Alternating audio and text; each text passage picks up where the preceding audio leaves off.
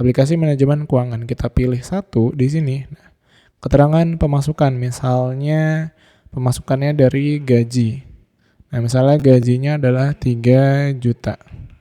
Enter. Tuh. Nah, ini udah ya. Jadi cuma keterangannya aja yang diminta dan jumlah pemasukannya aja.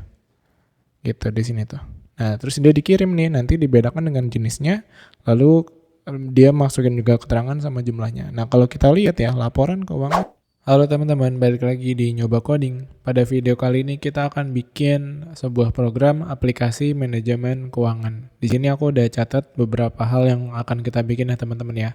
Salah satunya adalah kita bikin nanti tambah pemasukan, terus ada pengeluaran juga, terus kita nanti bikin laporan keuangannya, lalu kita juga bisa lihat total saldo yang kita punya. Gitu ya. Nah, bikinnya kayak gimana? Nah, sekarang kita langsung eksekusi aja di bawah. Kalian yang belum buat file projectnya, kalian bisa buat file dulu seperti biasa, klik kanan di bagian folder, terus kita pilih new Python file. Gitu ya. Nah, kalau sudah, baru sekarang kita akan eksekusi. Nah, untuk eksekusinya di sini kita pertama bikin main-nya dulu. Jadi yang pertama kali kita mau tampilin. Nah, di sini kita bikin function def menu itu, terus kita isi print. Ini ya, simple aja kayak aplikasi manajemen keuangan. Kayak gini. Nah, terus di sini kita bikin beberapa menunya. Kita bikin beberapa menu. Print, kita pakai multiple string aja.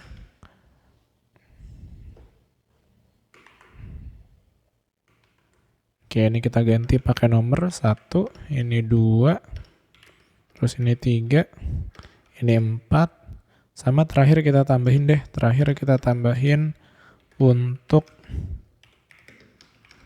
keluar. Nah, kalau udah, baru nanti kita bikin conditional untuk user ya. Dia nanti ketika pilih ini akan keluarnya apa. Nah, kita bikin pilih sama dengan input, pilih menu. Kita kasih suggest-nya 1 sampai 5. Kayak gini. Nah, baru kita bikin condition-nya. If pilih sama dengan 1, nah maka nanti dia akan masuk ke tambah pemasukan. Ini kita bisa buat dulu dengan pass ya. Elif pilihnya sama dengan 2, kita buat seperti ini dulu.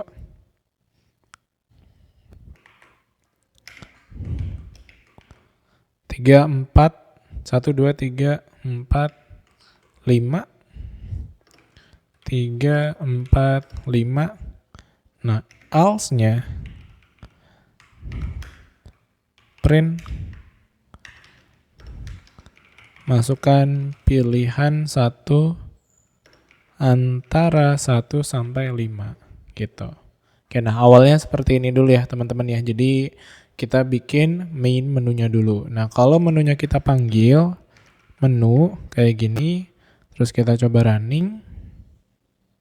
Oke, aplikasi manajemen keuangan. Nih, pilih menu. Nah, ini kalau kita pilih dia belum menghasilkan apapun ya. Ini kita isi dulu yang paling mudah di bagian keluar.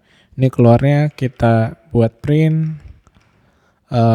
Terima kasih sudah menggunakan aplikasi gitu. Terus kita tambahkan quit. Ini mau tambahkan atau enggak juga nggak apa-apa ya teman-teman ya.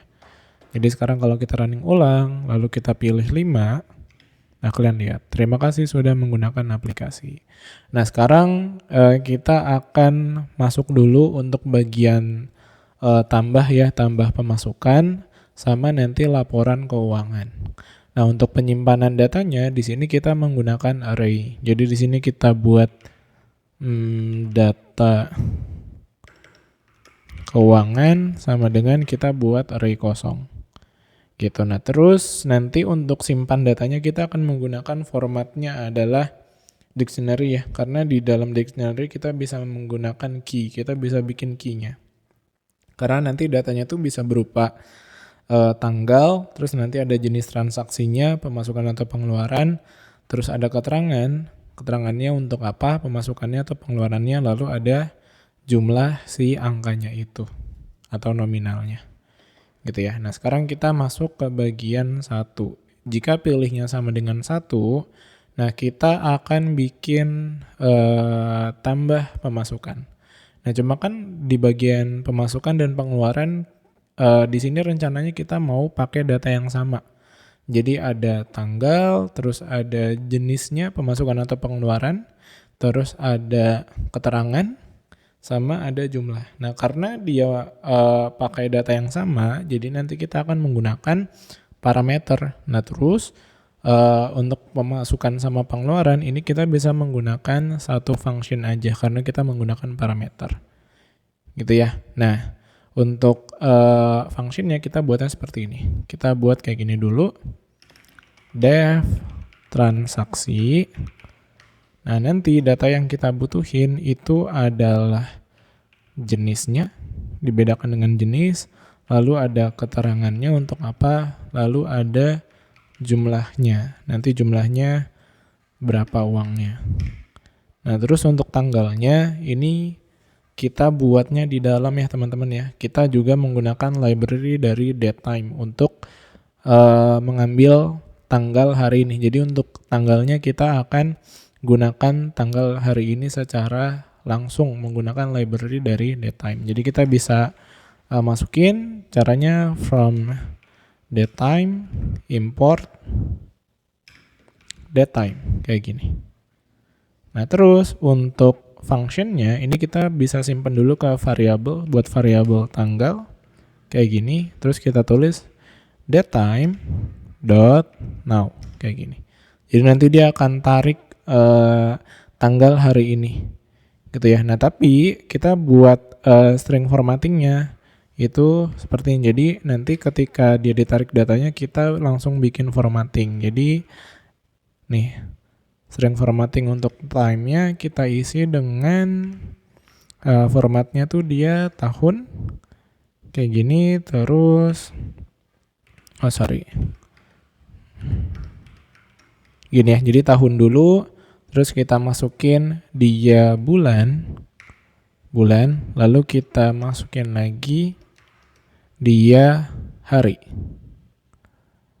Kita masukin dia hari, kayak gini. Dah, seperti ini aja dia udah cukup. Gitu. Terus tanggalnya udah. Oke, nah sekarang kita tambahin ya. Nanti kita tambahin. Jadi tambahinnya data keuangan, terus .append. Nah, ini untuk masukin datanya kita tambahkan .append. Nah, terus kita buat dengan dictionary kayak gini, seperti ini. Tuh. Kita masukin dengan key-nya ya. Jadi ada tanggal seperti ini, tanggal, value-nya adalah tanggal. Terus nanti ada lagi jenis, value-nya adalah jenis. Terus ada lagi keterangan. Ini value-nya keterangan. Terus terakhir ini ada jumlah, value-nya juga kita isi dengan jumlah. Kayak gini, udah. Nah, nanti dia ditambahin ke dalam data keuangan. Nah, terus di bagian laporan keuangan, ini kita sesimpel gini dulu aja, kita print si data keuangannya. Jadi kita belum bikin formattingnya, kita lihat dulu aja nih ketika dia dipilih satu ya. Terus dia ini akan dimasukin datanya, terus kita lihat nanti hasil dari yang dikirim itu gimana. Gitu ya. Nah, terus setelah itu karena kita udah bikin transaksinya dalam satu function di sini, nah sekarang kita bikin inputannya untuk si user nanti input bagian yang belum itu kayak jenis, terus keterangan sama jumlah. Nah, sekarang kita bikinnya di sini aja teman-teman. Jadi kalau dia pilih satu, berarti kan itu pemasukan ya. Nah, terus berarti di sini kita tinggal bikin variabel untuk keterangan sama jumlahnya aja. Jadi keterangan sama dengan, nah ini kita masukin bikin input, terus buat keterangan pemasukan.